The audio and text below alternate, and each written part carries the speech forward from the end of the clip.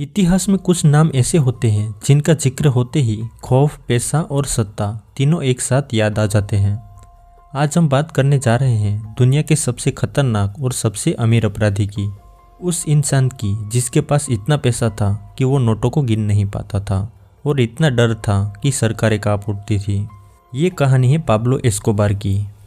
Pablo Escobar का जन्म 1 दिसंबर 1950 को कोलंबिया के रियो नेग्रो नामक एक छोटे से शहर में हुआ। उसके पिता किसान थे और घर में भयंकर गरीबी थी, और इसी गरीबी ने पाब्लो को बहुत जल्दी ये सिखा दिया कि इस दुनिया में पैसे के बिना कोई कीमत नहीं है।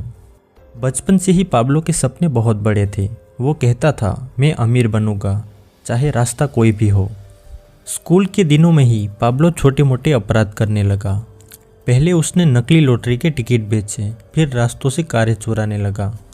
इन छोटी मोटी चोरी से धीरे धीरे वो तस्करी की दुनिया में घुस गया और यहीं से उसके दिमाग में अपराध को व्यवसाय बनाने का ख्याल आया।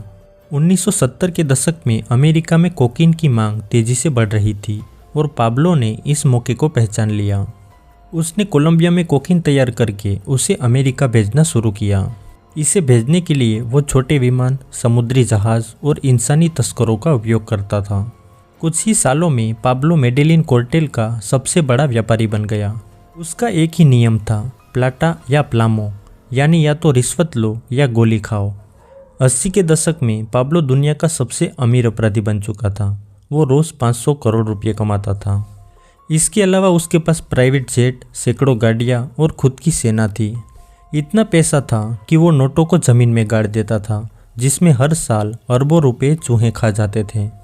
अब पाब्लो के पास पैसा भी था और पावर भी, जिससे वो किसी को भी अपने रास्ते से हटा देता था।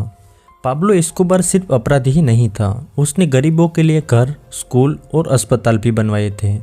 कोलंबिया के गरीब कहते थे, पाब्लो हमारे लिए मसीहा है।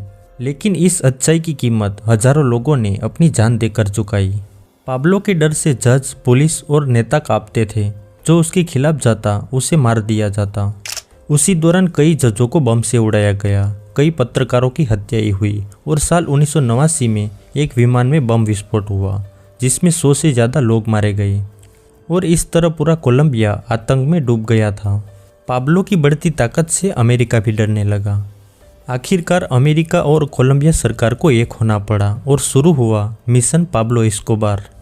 पाब्लो इतना ताकतवर था कि सरकार भी उसे सीधे हाथ नहीं लगा पा रही थी। उसने खुद के खिलाफ कोई सबूत ही नहीं छोड़े थे।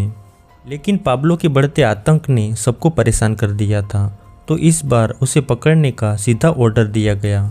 साल 1991 में आखिरकार पाब्लो ने आत्मसमर्पण किया, लेकिन उनकी एक शर्त थी कि वो अपनी जेल खुद बनाएगा, और उसने बनाई ला कैथेड्रल जेल।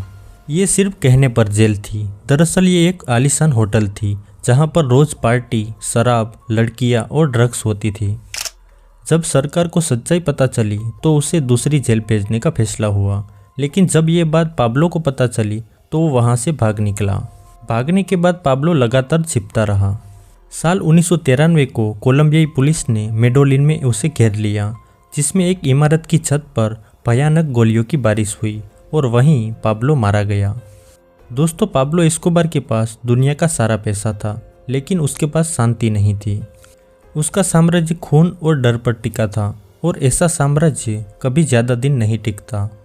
दोस्तों, आपको ये वीडियो कैसी लगी हमें कमेंट में बताएं और चैनल को सब्सक्राइब करना ना भूलें। धन्यवाद।